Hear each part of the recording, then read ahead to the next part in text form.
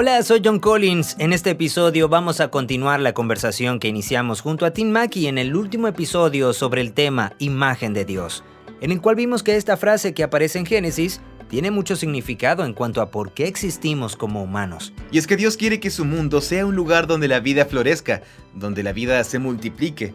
Y que para que eso funcione, vamos a tener que ejercer mucho dominio y aprovechar todo el potencial y los recursos que hay en la tierra, y los peces y las vacas.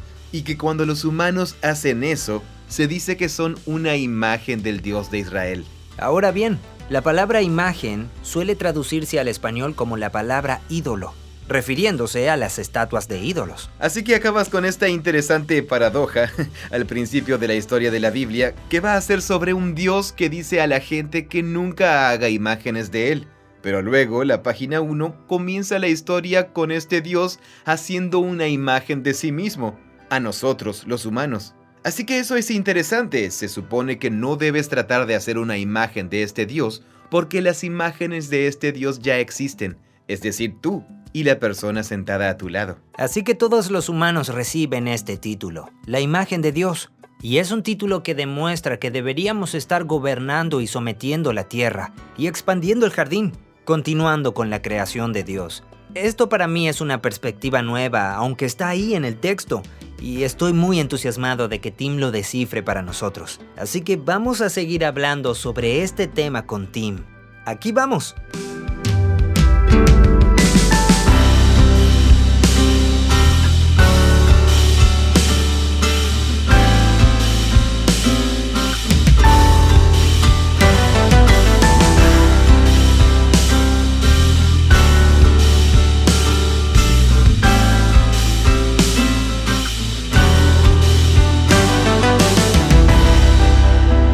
Nunca hablamos sobre el Salmo 8, El Salmo 8. que también es una reflexión sobre la imagen de Dios en Génesis 1. El Salmo 8. Sí. Aquí está. ¿Qué es la humanidad para que te acuerdes de ellos y el Hijo del Hombre para que lo cuides? Bien, ¿qué...? Claro, ¿por qué los humanos son tan importantes? ¿Por qué somos importantes? Bueno, dice, Los hiciste. lo hiciste a él, Bien. o los hiciste a los humanos, a la humanidad, un poco menor que Elohim. Que Dios. ¿Qué podría significar Dios? Esa es la palabra para Dios, Ok. y también, si el contexto no lo indica, puede referirse a seres divinos en plural. Así que entonces, ángeles o seres angelicales, Podría significar Dios o ángeles. dependiendo del contexto. Bien. La nueva versión internacional en español dice, pues lo hiciste poco menos que Dios. La Ujú. Reina Valera contemporánea dice, hiciste al hombre poco menor que un Dios. La versión de la Nueva Biblia de las Américas dice, lo has hecho un poco menor que los ángeles. Y la Nueva Traducción Viviente dice, los hiciste un poco menor que Dios. Mm. Así que el punto es que los humanos son un poco más bajos en estatus que los seres divinos, Ok. pero son coronados con gloria y honor. Dice, tú le haces gobernante sobre las obras de tus manos, todo lo has puesto bajo sus pies. Así que aquí tenemos una reflexión poética sobre los humanos como seres que no son Dios, pero que tienen un estatus exaltado sobre la creación, los reyes y los gobernantes, que están muy cerca de Dios. Ujú. Entonces, lo útil del Salmo 8 es que despliega poéticamente la imagen de Dios. Bien. Y cuando lo hace no habla de racionalidad o espiritualidad, habla de nuestro propósito en cuanto a gobernar y someter y de ese tipo de cosas.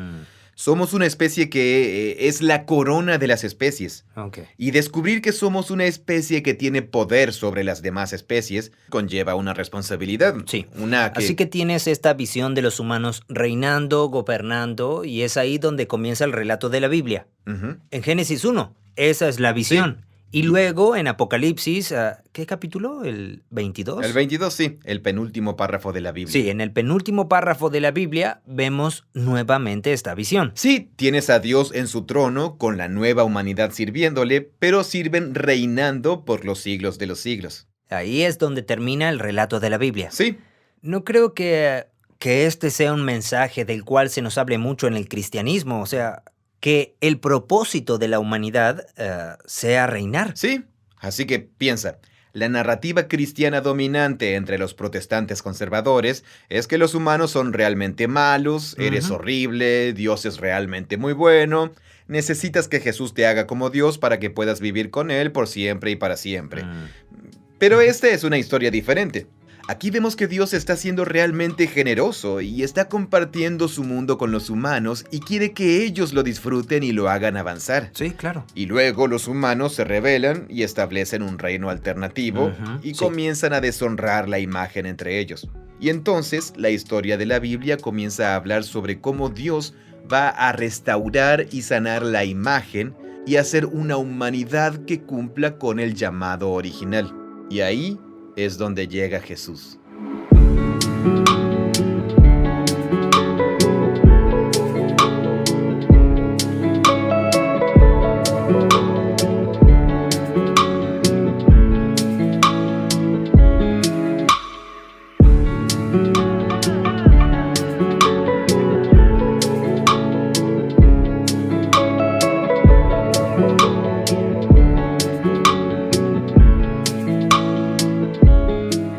El fin principal del hombre es glorificar a Dios. ¿De dónde proviene eso? Y disfrutar de él para siempre. Eso Ok. sale de la Confesión de Westminster. La Confesión de Westminster. Y luego aprendí, creo probablemente una distorsión de eso, que era agradécele a Dios porque te tolera. ¿Me entiendes? Sí. Agradece a tus estrellas de la suerte que no estés siendo castigado para siempre. En realidad, hay una reticencia incluso hasta para admitir que Dios realmente valora a los humanos de alguna Ujú. manera. Sí. Esa es la espiritualidad en la que realmente crecí. Pero sí, esta idea de que todo este plan consistía en que los seres humanos reinaran en nombre de Dios y Ujú. que, por ende, el conflicto existente llevaba a Dios a tratar de renovarlos para que sí pudieran reinar sobre la creación Para de que Dios. pudieran ser todo lo que Dios tuvo intención de que sean. Lo que Sí. era su intención. Sí. Sí, que es diferente de tú eres malas noticias y Dios te hará lo suficientemente bueno como para que puedas juntarte con Él. Sí. Bueno, se puede ver que hay tantas verdades a medias ahí que en realidad no son de ayuda. Pero sí hay verdades a medias ahí. Claro. Si los seres humanos son una imagen de Dios, entonces eso quiere decir que lo que admiramos los unos de los otros es un espejo o un reflejo de la belleza del propio carácter, sabiduría, inteligencia y creatividad de Dios. Así que sí hay algo en cuanto a que los humanos son reflejos. La paráfrasis de la imagen de Dios de N.T. Wright es que somos espejos que reflejan, y se supone que... De hecho lo mostramos en el video de Génesis 1 al 11, donde tenemos al carácter de Dios, la bondad, rebotando en los humanos. Lo cual no sería una imagen de aquel entonces. Mm. Esa imagen tiene más que ver con la modernidad. Sí, es una metáfora.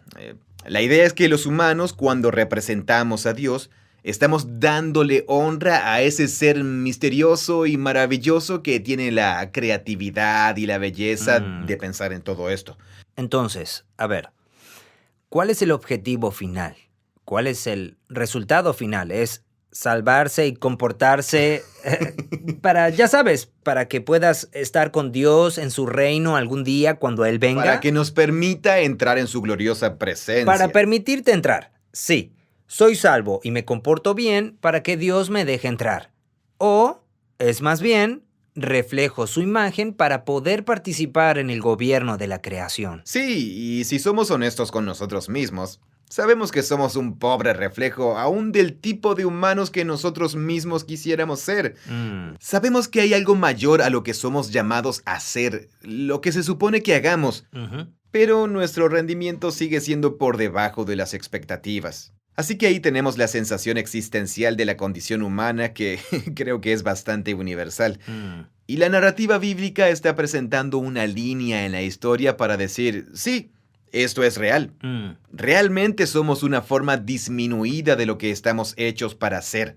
Sabes, es interesante notar, esto es una nota al pie de página, pero este es un tema subyacente en todos los escritos de C.S. Lewis, como en la trilogía cósmica o en El peso de la gloria, donde los humanos están llamados a ser como dioses. Lewis tiene ese gran párrafo donde dice algo como, si tú y yo captáramos la gloria de la persona sentada a nuestro lado en el autobús, estaríamos tentados a inclinarnos ante ellos. Pero esa es la idea aquí. Es que estamos... Como que existe una oportunidad de volver a vivir en esa gloria, ¿no? Ujú. Aunque Sí. esté empañada, muy empañada. Exacto, sí. La buena noticia es que puede ser recuperada. Es un aspecto de la buena noticia. Ujú. Bien. Y es por eso que estamos dando saltos por todas las notas. Nos fuimos del tema, ¿no? Bueno, no importa. Pero es por eso que el apóstol Pablo es el primero que conocemos que toma el lenguaje de la imagen de Dios en Génesis 1 Ujú. y lo usa como un modo para entender a Jesús. Él llama a Jesús la imagen de Dios, aquel que es verdaderamente humano. Pero luego habla sobre nuestro proceso de conversión en nuevos humanos, siendo renovados según la imagen de Dios. ¿Dónde está esa frase? Está en el libro de Colosenses, donde se nos habla sobre la imagen de Dios que está siendo renovada en nosotros por medio de Jesús, Ok. que es la imagen de Dios. Así que él tiene esta idea de que Jesús es el humano verdadero. Jesús es la verdadera representación del reino de Dios en la tierra. Sí, y estamos unidos a él a través de la fe en el Espíritu Santo, Bien. a través del aliento divino de Génesis 2. Ok. Que estamos siendo hechos de nuevo como los tipos de humanos que fuimos creados para ser.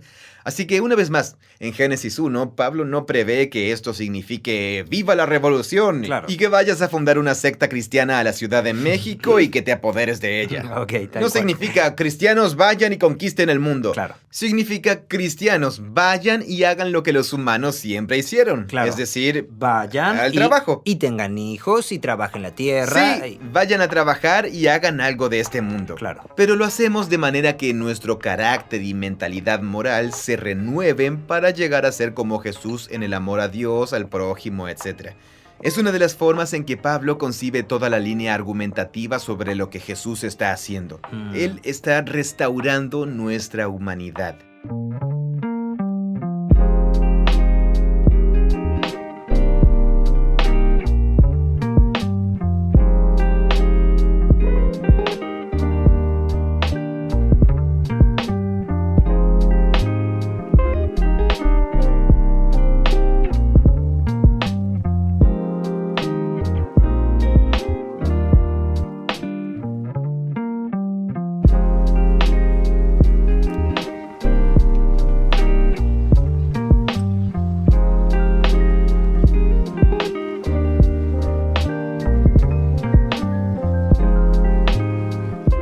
De acuerdo, entonces no estamos tratando de tomar el control y comenzar nuestra propia secta cristiana al mejor estilo ¡Viva la revolución! ¿Ok? Ahora, ¿se supone que debemos básicamente hacer avanzar a la humanidad por el bien del reino de Dios? Sí, hay dos tendencias. Está lo que se llama la tendencia humanista, que es una especie de narrativa de progreso moral, donde siempre mejoramos y tenemos más tecnología, acabamos con la pobreza y la injusticia, ¿sí? Solo más educación. Así que hay una parte de eso que es realmente fiel a la historia bíblica, como por ejemplo, que los seres humanos son increíbles y son capaces de mucho bien, porque eso es parte de nuestra tarea divina. Pero luego, eso siempre también termina siendo peligroso y desordenado y acaba perjudicando a tanta gente como a la que ayudamos. Después también tienes la mentalidad de retirada que algunas tradiciones cristianas han adoptado, que dice algo así como, bueno, ya sabes, todo se está yendo al diablo, vamos a retirarnos, orar y esperar que Jesús venga y lo destruya todo. Sí. Entonces, no creo que la historia bíblica nos permita ser lo suficientemente ingenuos como para adoptar el progreso moral y pensar que vamos a solucionarlo todo. Pero al mismo tiempo, nos llama a comprometernos con el proyecto humano y a no apartarnos de él. Pero tampoco de forma ingenua, que Dios realmente se preocupa por y está a favor de los humanos y de su mundo. La historia bíblica no termina con nosotros en otro lugar, termina con nosotros en la versión transformada de la tierra, haciendo lo que se supone que debemos hacer, que Y cuando Jesús habla del reino de Dios, permíteme relacionar esto con el reino de Dios. Sí.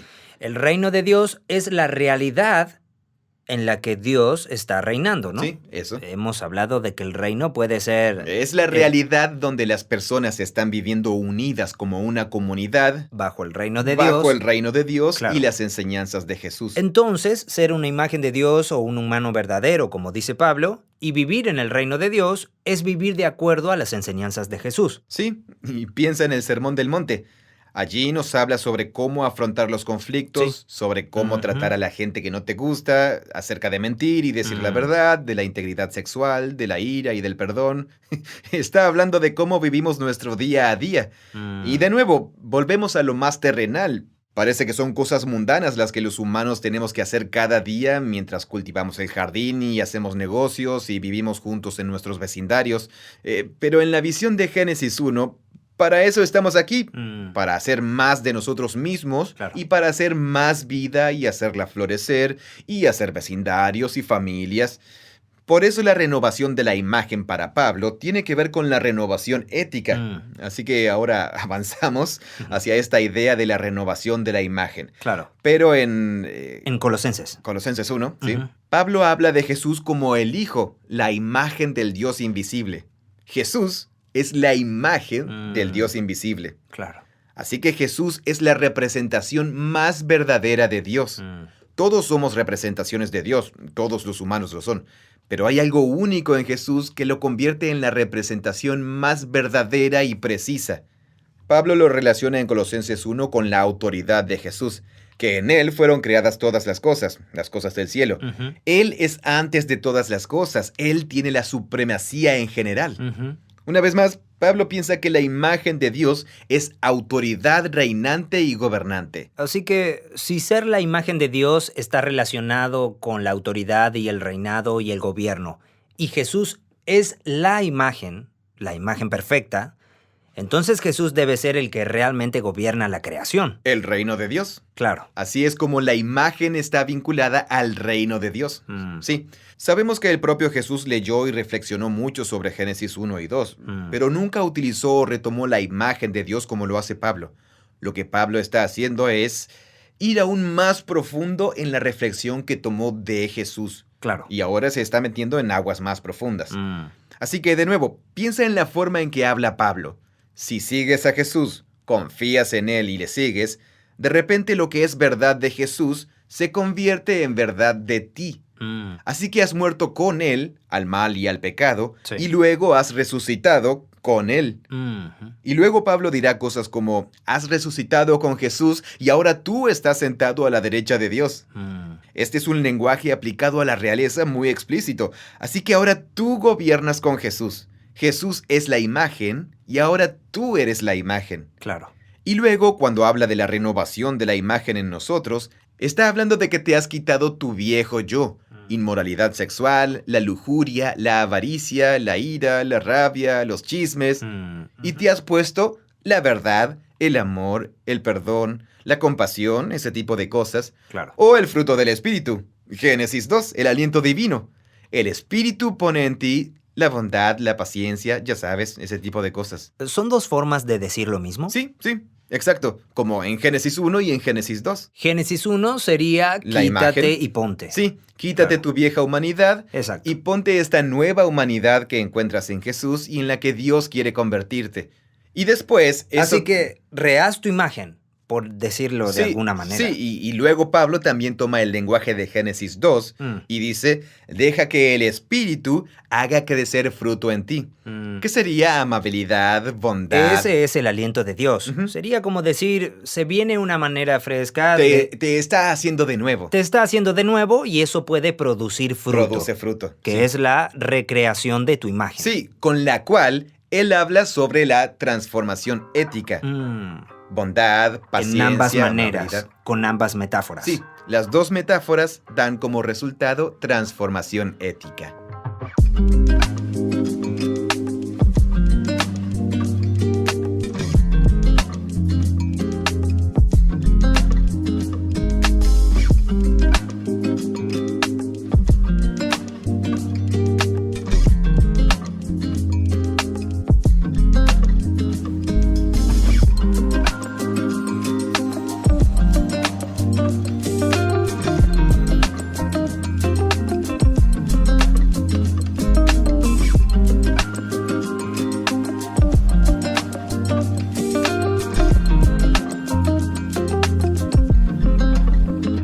Bueno, hablemos sobre lo que salió mal con la imagen de Dios. Estamos hechos a imagen de Dios, nos ponen en este jardín, y en el jardín hay un árbol llamado el árbol del conocimiento del bien y del mal. Y Dios dice, no comas de este árbol, o el día que comas de él, morirás. Pero hay una serpiente allí que dice, no, cómelo. En realidad, te gustará. En esa historia de la serpiente y el árbol, hay una ironía que nos remite a Génesis 1, donde la serpiente cuenta una historia diferente sobre el árbol. Ujú. No morirás. Y dice, en realidad te volverás como Dios. Tú, como lector, sabes que los humanos son como Dios. Son la imagen de Dios. Así que la serpiente está... Y la serpiente sí, está plantando semillas de duda Claro. y desconfianza en la generosidad de Dios. Que de alguna manera hay algo que Dios está reteniendo que yo podría tener y que realmente me convertiría en más de lo que debería ser. Más de la imagen. Ujú, sí. Supongo que lo que estoy pensando es que, digamos que soy el rey de Moab. Volvamos a eso. ¿Otra vez? Y me veo como la encarnación de Dios. Ujú. ¿Cómo me podría rebelar contra eso? ¿En qué podría consistir mi rebelión? Bueno, si eres la encarnación del Dios, tú defines el bien y el mal. Yo defino el bien y el mal. Sí. Entonces, este es un tipo diferente de encarnación donde en realidad no soy el Dios. Ujú, Soy una representación, pero no soy quien verdaderamente manda. ujú. Solo tengo autoridad delegada por él. Creo que es una distinción realmente importante. Sí, claro. Si tú eres imagen de Dios, eso significa que no eres Dios. Eres imagen del Dios. Bueno, pero no es así si soy el rey de Moab. Ah, entiendo. Ujú. Ah, sí, Yo sí, soy sí, ya imagen veo, de sí. Dios y yo soy el Dios. Sí, es un buen punto. Nunca había hecho esa distinción, pero es una, sí, así es. Ujú. Estoy pensando, esto es realmente oscuro. Si alguna vez llegaste a leer los oráculos de los profetas contra los reyes extranjeros en Jeremías o Ezequiel o Isaías, Ujú. verás que, por ejemplo, Isaías comenzará a despotricar contra el rey de Babilonia o algo así, Ujú. y a menudo utilizarán este tipo de lenguaje, como te has convertido en un dios y crees que tu autoridad es... ¿Al rey? Sí, así que le dice al rey de Babilonia, Claro, tú te crees Dios. subiré a las nubes. Juega presentando un pequeño escenario donde le dice, tú eres el rey de Babilonia y esto es lo que te has dicho. Subiré a las nubes, haré mi trono en el cielo y me apoderaré del mundo. Ujú. Y luego pasa a criticar a estos reyes por la violencia y la injusticia y el asesinato de personas inocentes. Mm. Así que el punto es que se deificaron a sí mismos para poder redefinir el mal como si fuera bueno porque servía a sus intereses. Claro. Entonces entraste a un área donde sobrepasaste tus límites como imagen de Dios y has definido el bien y el mal por ti mismo en lugar de humillarte ante... Mm. Así que volvemos al significado del árbol, Claro. del bien y del mal. Entonces, en el pensamiento del antiguo cercano oriente, Ujú. ser la imagen de Dios estaba relacionado con la capacidad de definir el bien y el mal, Mm, porque en el relato bíblico están separados. Ujú. Eres creado a imagen, pero no puedes definir el bien y el mal por ti mismo. mm. Pero el rey de Babilonia, porque es la imagen de Dios, puede definir el bien y el mal por sí mismo. Sí, eso es interesante. Es decir, se tiene la sensación de que el punto de Génesis 1 es que Dios da a los humanos una enorme responsabilidad para que vayan por todo. Pero Lo que hace que uno se imagine que tendrían que hacer una distinción entre el bien y el mal si hacen sí, eso. así es. Pero el árbol en esa historia está representando que hay algo sobre el conocimiento de discernir el bien y el mal Que tenemos que soltar. en lo que tenemos que confiar. Claro. Porque viene de afuera de nosotros mismos. Mm. El árbol. Es un área en la que tengo que confiar en Dios y es un límite que puedo sobrepasar y tomar por y para mí mismo, en cuyo caso algo anda mal. Y la serpiente dice, ah, sí, puede ser aún más como Dios. Porque Dios hace eso y es algo que está Ujú. reteniendo Sí. y que tú podrías hacer también. Puedes hacerlo y por ti eso mismo. es lo que hace el rey de Babilonia. Exacto. ¿No es cierto? Sí, sí. Y también... Sería muy tentador ver a este tipo que dice, no, esto es bueno y esto es malo. Y toma decisiones y te vienen ganas como de decir, oye, quiero ser ese tipo. Sí, sí, así es. Ujú. O sea, la historia nos cuenta lo que sucede cuando los humanos lo hacemos todo el Sí, tiempo. entonces hay algo que el relato de Génesis está tratando de revelar que es, sí, eres la imagen de Dios, pero no lo lleves demasiado lejos. Sí, esa es una muy buena manera de explicarlo. Como que mientras reflejas la autoridad de Dios, Ujú. no de la manera en que lo hace el rey de Babilonia, claro, donde sí. él mismo define el bien y el mal. Tú tienes mi autoridad y tienes esta responsabilidad. Claro. Pero en última instancia, aún necesitas confiar en mí para la definición de lo que es verdaderamente bueno y lo que es verdaderamente malo. Sí, es un buen resumen. Eso sería como... A ver, intento imaginarme, meterme en la cabeza de alguien leyendo esto, que era de esa época. Sí. A ver, entonces pienso, mientras lo estoy leyendo, que al principio me vuela la cabeza. Sí. ¡Qué bueno! Soy la imagen de Dios. Eso es increíble. Y luego incluso podría ir un poco más lejos hasta decir, cielos, eso significa que puedo hacer lo que yo quiera, porque los reyes, que son la imagen de Dios, Ellos hacen lo que quieren. hacen lo que ellos quieren. Construyen lo que quieren, Sí. tienen sexo con quien quieren, Claro. hacen lo que quieren.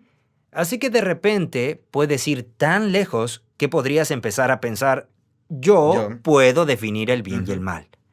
Y luego llegas a Génesis 3. Y entonces la historia da un giro y hay un árbol que representa ese tipo de poder. Y no se te permite comerlo. Y ahora estás como, oye, espera un segundo. Supongo que esto significa que soy la imagen de Dios, pero no va tan lejos. De hecho, Dios no quiere que haga eso. Eso es peligroso, eso me va a matar. Exacto. Y luego tienes a este personaje, la serpiente, diciendo, no, tú realmente quieres eso. Y yo pienso, sí, tienes razón. Sí, quiero eso. Y estoy luchando con eso. ¿Te parece que lo que estoy pensando sería una posible exploración? Sí. Que- Sí, creo que es una gran manera de resumir la historia. Cómo la imagen se conecta con el bien y el mal y la serpiente. Y entonces es doblemente trágico porque es como que, como lectores de la historia, lo curioso es que la historia te hace...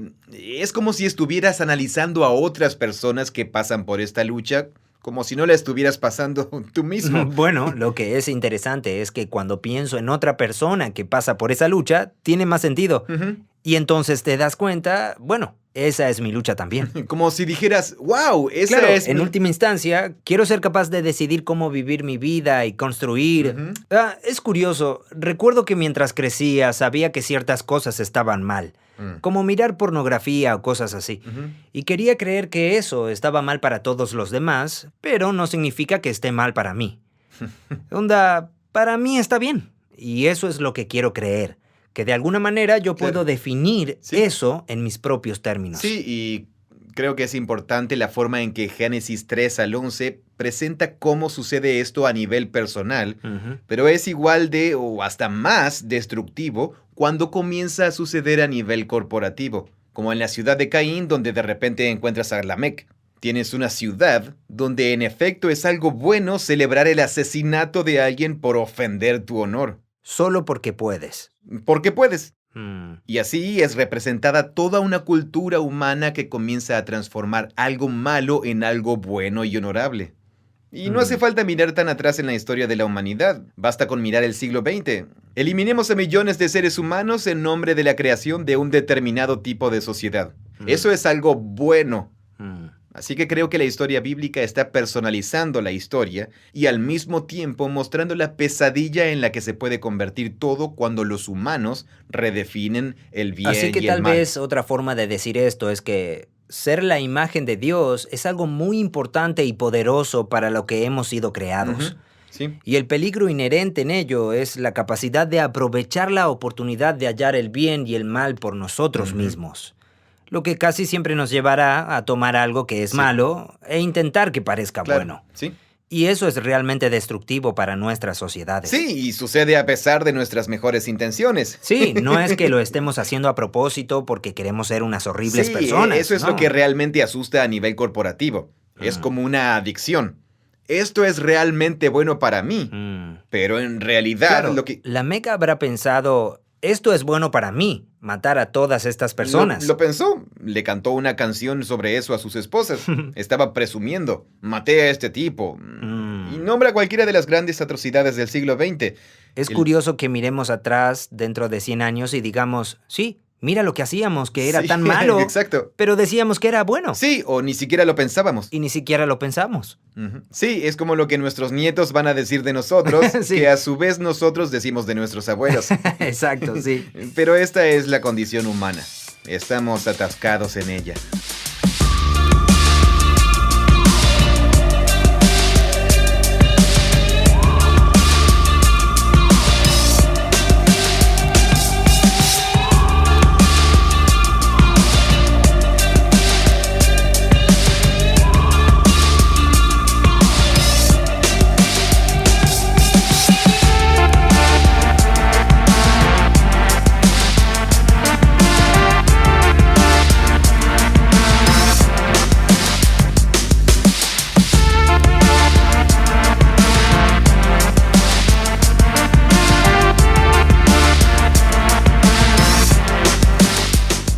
Entonces el mundo era perfecto. Fuimos hechos a la imagen de Dios y luego, porque comimos del árbol del conocimiento del bien y del mal, arruinamos todo. Ok, bueno, para mí es muy importante que entendamos bien esto, porque si no, no nos ayuda para nada.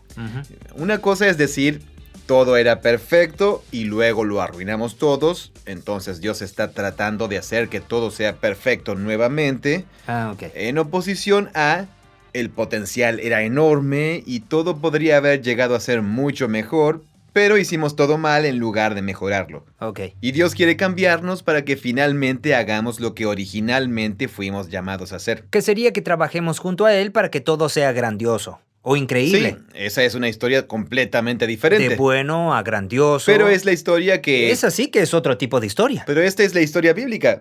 No sé. Amigo, es eso que- es súper enorme. Eso es enorme. ¿Y estás seguro de que es correcto? Solo lee la Biblia. Sí, yo no inventé nada de esto. Solo leo a gente que es más inteligente que nosotros.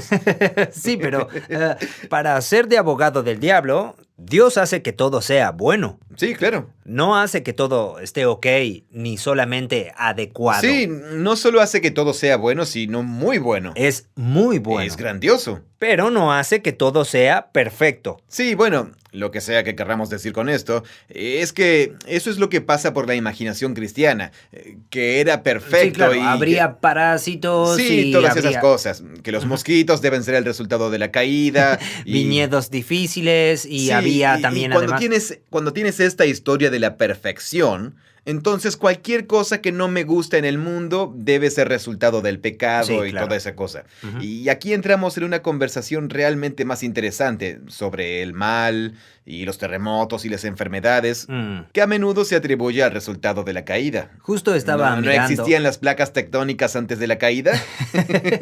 Sí, creo que Dios podría simplemente enfriar la tierra como para y aquí que... es donde interviene la historia de Job. Eso Porque- es justamente lo que te iba a decir, Job.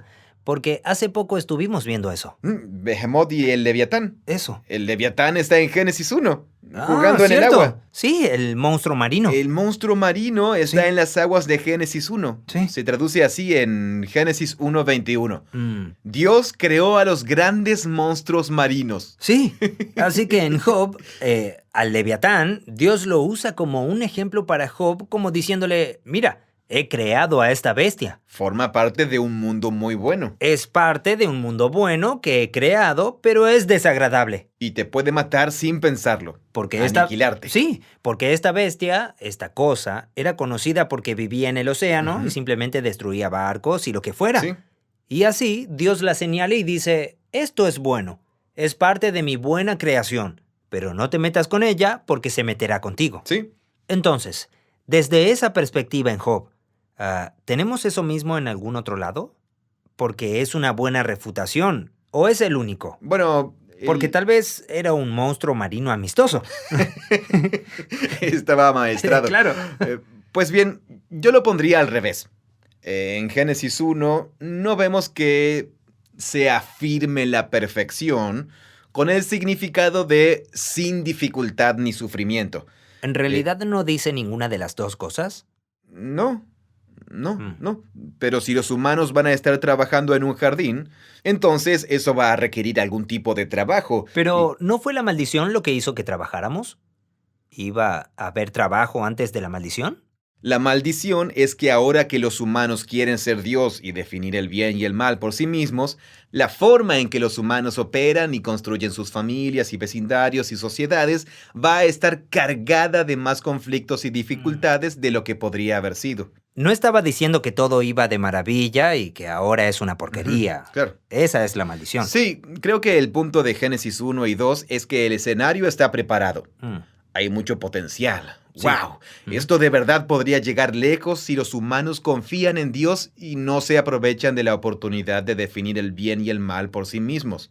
Y entonces, por supuesto, lo hacen. Y luego lees esa historia y te quedas como... Yo esos voy a idiotas. tener que ser un poco el escéptico aquí, porque Ujú. quiero seguir con esto, porque quiero decir, es un gran cambio de paradigma. Sí. Y tu punto, hasta ahora, solo es, pues, no dice que parece un poco agnóstico, no dice que las cosas fueran perfectas y tampoco dice que no fueran Bueno, ¿y perfectas. qué estás buscando que diga la historia para que encaje con la idea de lo perfecto? ¿Qué falta en un mundo perfecto que podría encajar en Génesis 1 y 2? ¿Qué falta en un mundo perfecto? ¿Qué es lo que no forma parte de la existencia humana? Te está pidiendo que fundamentes tu escepticismo. Bueno, obviamente mi escepticismo nace del paradigma que me han taladrado en el cerebro desde que estaba en... Sí, pero digo, ¿qué hay de perfecto en que Dios ponga orden, ponga a las criaturas por encima de ellas como imágenes y diga, ve a hacer más de lo que acabo de hacer y que te he dado? Ve a hacer más de eso. Claro. ¿En qué modo eso sería perfecto? Bueno, con la repetición de la palabra bueno y luego muy bueno. Pero supongo que eso no significa que sea perfecto, sino simplemente bueno. Sí, es bueno. Tanto en hebreo como en griego, la palabra perfecto significa completado, completo, Claro. entero o completo, habiendo cumplido su propósito. Algo que cumplió con su propósito. Y eso es exactamente lo contrario de Génesis 1 y 2, donde están apenas comenzando su propósito. Es un propósito no realizado. Entonces es el comienzo de un viaje hacia un cierto tipo de plenitud. Correcto, sí. ¿Y Eso esto, mismo. ¿Y esto asume que vamos a llegar a eso? Por supuesto. ¿Qué sentido tendría empezar algo que tiene la capacidad de convertirse Claro, en lo entonces, si se puede llegar a eso, ¿debe haber un estado de perfección? Ay, me duele la cabeza. A ver, si a donde estás yendo es hacia esa clase de supralapsiarismo que dice Dios ordenó la caída para poder atarse al mundo a través de la encarnación para perfeccionarlo. No es ahí a donde voy. Solo digo que si hay un estado de perfección al que el mundo está yendo hacia la plenitud, entonces, ¿por qué no es equilibrado decir que así es como Dios lo empezó? ¿Y que luego nosotros arruinamos eso? Y que luego nosotros lo arruinamos. Y ahora lo que sucede es... Sí, no lo sé. Las palabras bíblicas para perfección significan completo. Quiero decir, todo en la naturaleza misma de la trama es que Dios está estableciendo algo con el potencial para ser completado. Y luego la gente a la que le dio la tarea de unirse a ellos para completarla, toman la dirección equivocada. Así que en Apocalipsis 22, cuando los humanos están reinando, ¿lo están haciendo en ese sentido de un estado completo? ¿O en el sentido de que todavía estamos yendo hacia la plenitud? Bueno, lo hermoso de esto es que ahora tienes a los humanos que, debido a la encarnación, están unidos y llevados a la propia vida interior y al amor de Dios. Que cuando eso ocurre, entonces podemos volver a encarrilar la historia y los humanos harán lo que no hicieron. Entonces, ¿no terminamos en un estado de perfección en Apocalipsis 22? Bueno, supongo que en ese sentido, la perfección es un estado en que las cosas están completas de la forma en que están destinadas a ser. Porque no hay nada que termine en Apocalipsis 22. Así que perfección no significa... Es como la última batalla en las Crónicas de Narnia, donde van más alto y más adentro y continúan por siempre. Por eso... A ver, entonces, la perfección no significaría la finalización de una historia, sino la plenitud de un propósito. Así que estás diciendo que poner esta construcción de la perfección por la que queremos decir que nunca nada sale mal, Ujú. en Génesis Uno 1 y y 2, no es lo que la historia tiene para nosotros Claro, sí, creo que estamos imponiendo un montón de cosas a la historia que si no hicieras esa suposición, nunca sacarías de esa historia. Pero los humanos no habrían muerto. No habría muerte. Tampoco dice eso. Solo dice que existe la oportunidad de que no mueran si obedecen a Dios. ¿De verdad? Sí, el árbol de la vida. Oye, estás haciendo que estalle mi cerebro de escuela dominical. A ver, hay dos árboles. Sí. El árbol de la vida y el árbol de la ciencia del bien y del mal. Ok, sí. Si comes del árbol de la ciencia del bien y del mal, el día que comas de él, morirás. Ujú. Comen de él y son expulsados del jardín porque Dios dice, si ahora toman del árbol de la vida y viven para siempre, malas noticias. Entonces Así que los el expulsa. árbol de la vida les permitía vivir para siempre. Sí, es la idea de que la inmortalidad no es inherente a la existencia humana, que es un regalo. Y que si los humanos hubieran permanecido en una relación de confianza, habrían tenido acceso al don de la vida eterna. Pero ese don se pierde cuando los humanos se rebelan. Ujú. Así que, de nuevo, no es perfecto, es potencial para llegar a ser muy bueno. Claro. Así que había un potencial para vivir en el proyecto humano de una manera completa. Exacto. Era bueno en ese sentido. Ujú. Era bueno en el sentido de que había potencial para vivir la vida Sí. eternamente. Sí, lo que significa vivir en la presencia de Dios. ¿Es eso? ¿O es no morir nunca? Sí, exactamente. Quiero decir, esos dos son la misma cosa, como en Juan 17, donde Jesús dice, y esta es la vida eterna, que conozcan al Padre. Así que es la misma cosa. Quiero decir, el árbol de la vida es esta imagen narrativa de que estoy recibiendo vida de una fuente fuera de mí que trasciende mis capacidades biológicas. Claro, lo que extenderá mi vida, Ujú. pero no está desconectado de estar en la presencia de Dios. Está directamente conectado. Está directamente conectado. Sí, por eso todo lo relacionado con el jardín está conectado con el templo y la santidad y la pureza. Por eso la pureza se asocia con la vida, la impureza con la muerte.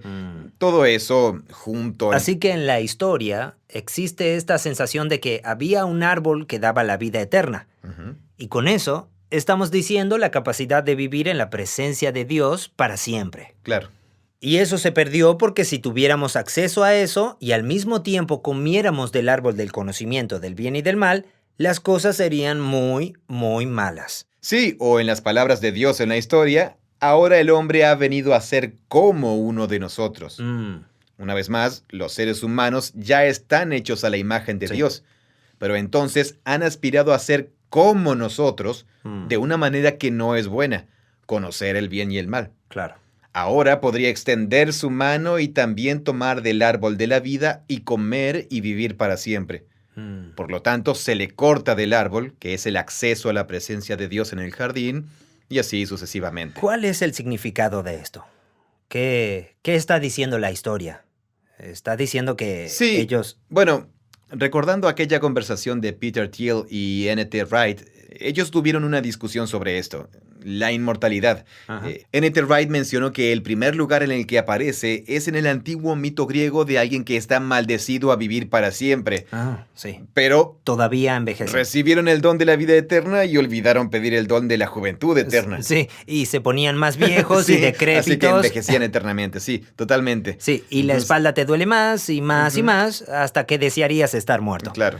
Así que comer del árbol de la vida, al mismo tiempo que se come del árbol de la ciencia del bien y del mal, es en realidad lo más parecido que tenemos en la Biblia al tormento consciente eterno, Al infierno. al infierno. Así es, correcto. Ujú. Sí, es una buena manera de explicarlo. Mm, Es quiero ser como Dios Claro. y quiero ser Dios por siempre. Lo cual no va a terminar bien. No va a terminar bien. Ujú. Y no solo porque Dios se ofenda, sino porque la historia de la humanidad ha demostrado que realmente somos dioses verdaderamente pobres. Totalmente. Y de nuevo, es por eso que esto no se trata solo de un camino. Esta historia es sobre todos nosotros todos los días, como también lo es sobre los seres humanos remontándose hasta donde podamos llegar como humanos. Ujú. Porque yo constantemente estoy tentado a definir como bueno algo que es malo. Sí, claro. Porque me conviene hacer eso. Sí. La renovación de la imagen está ligada a una concepción de la historia bíblica, que no comienza con la perfección que luego arruinamos, sino que comienza con todo el potencial para que algo que es muy bueno se convierta en lo que Dios quería que fuera. Pero Él nos dio una importante participación en el asunto sobre cómo iría la historia. Y nosotros hicimos nuestra elección y tomamos esa decisión todos los días. Claro. Y por eso el mundo es como es. Pero Dios está a favor de los humanos y está a favor de su mundo. Y por eso Él personalmente vinculó su propio ser a este mundo en la imagen de Dios, que es Jesús. Y entonces los humanos pueden encontrar su nueva humanidad restaurada de acuerdo con la verdadera imagen de Dios, encontrándose a sí mismos en Jesús y dejando que Jesús restaure la imagen dentro de nosotros, para que cuando el reino de Dios se realice plenamente en la nueva creación, la historia pueda ir donde Dios quería que fuera.